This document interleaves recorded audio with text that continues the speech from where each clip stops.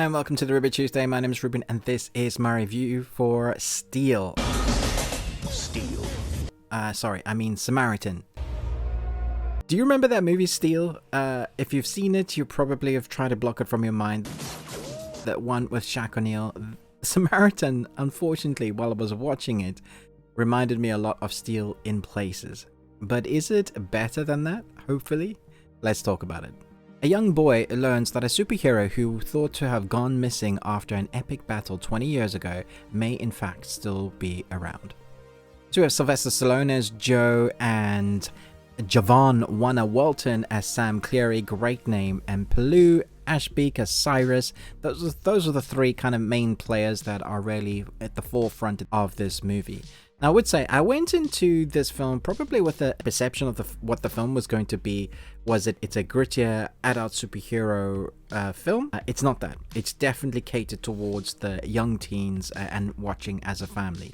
So if you adjust your mindset as you go in, I do believe you'll enjoy this film more than I did when I first went into it. Once I had adjusted my mindset on what this film is and who it is for, then I began to enjoy it more because I understood that it wasn't going to be the greatest script or dark and gritty as I was hoping it was going to be. Now, it's still not great. I have to say that at the forefront. There are still things in this film that just made me cringe and made me ask questions like why. There are moments when you see Sylvester Stallone fighting and then it cuts to the obvious body double, the stunt guy. Now, the stunt guy was great and the action sequences were fun, but it was just so obvious that it wasn't him. It felt like they'd forgotten that Sly is older than the young stunt guy. Like you could totally see in body and makeup, the build, that it just wasn't him. Now that comes down to editing, the way the camera is used, that particular shot, how you see it. The film itself is mostly entertaining, but it's going to be a throwaway film that you probably won't go back to anytime soon.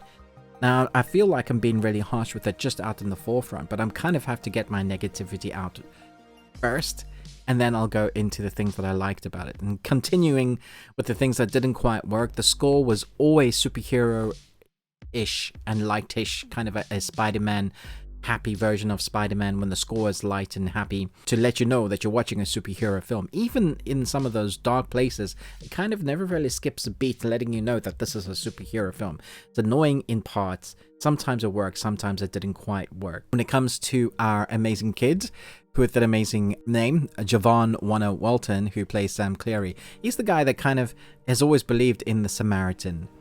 And I found his acting to be good when directed well, but also not great just in reactions to his surrounding or what's going on. There's this moment where he encounters these three bullies again, and he knows he's in trouble, but the way he looks, you just see like as if the director's saying, be scared, be more acting surprised. So he goes from, you can literally see the range on his face in that moment. And I don't feel like that's a reflection on the actor, but more like the direction of what was asked of him in that moment. So that was disappointing. There are moments like that with characters. I think the outstanding actor that brings a bit more presence and fun to it is Palu Ashbeek, who plays Cyrus. He has a nice presence on screen. I just wish we had more of his background story because I kind of want to know more about him, because rather than generic bad guy that's going to destroy everything because he's fighting for the people sort of storyline, which there is in this, I wanted to know more about him to add weight to that character. Nevertheless, I feel like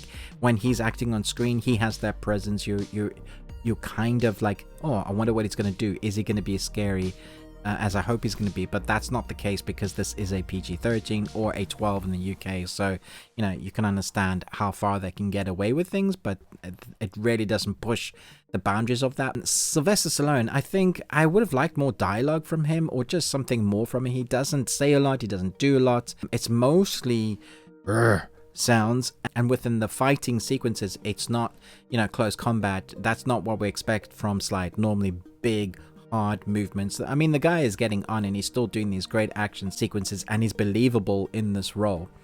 I just wish the film, and this for me is the biggest negativity, I just wish the film was actually smarter than it sets out to be, because it has a mystery within this film. And now the biggest flaw when it comes to writing, whether it's novel writing, this is something I've learned the hard way, whenever you're writing books, you have to keep, if there's a mystery involved, you have to keep your audience guessing.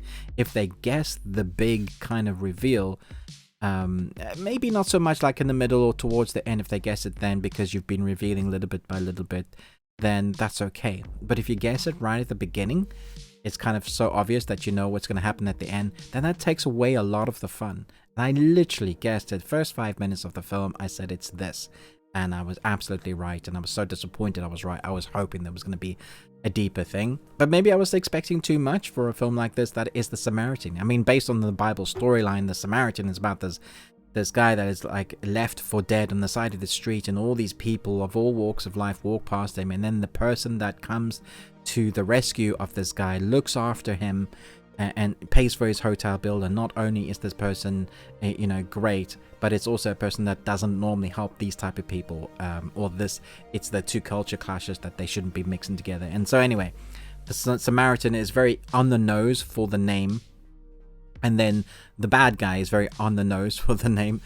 On the positive side, when we get to the action sequences, when we see Sly smacking guys around, the way it's shot, the way it looks is really fun and entertaining to watch. You're seeing guys fly through the air, a little bit of wire work here and there. The explosive feel very real and tangible. They don't feel CGI. One more negativity, when there is CG and it's like a deep fake sort of technology, my goodness, my phone can do the same level. Really happy with the action sequences. When we get them, they're really fun and entertaining, well put together, the way you expect it to go. There's a few sequences that you've seen in the trailer that pretty much cover the action sequences in this film. It's a one-time watch that is fun. I really like Sylvester Stallone's character Joe with Sam Cleary.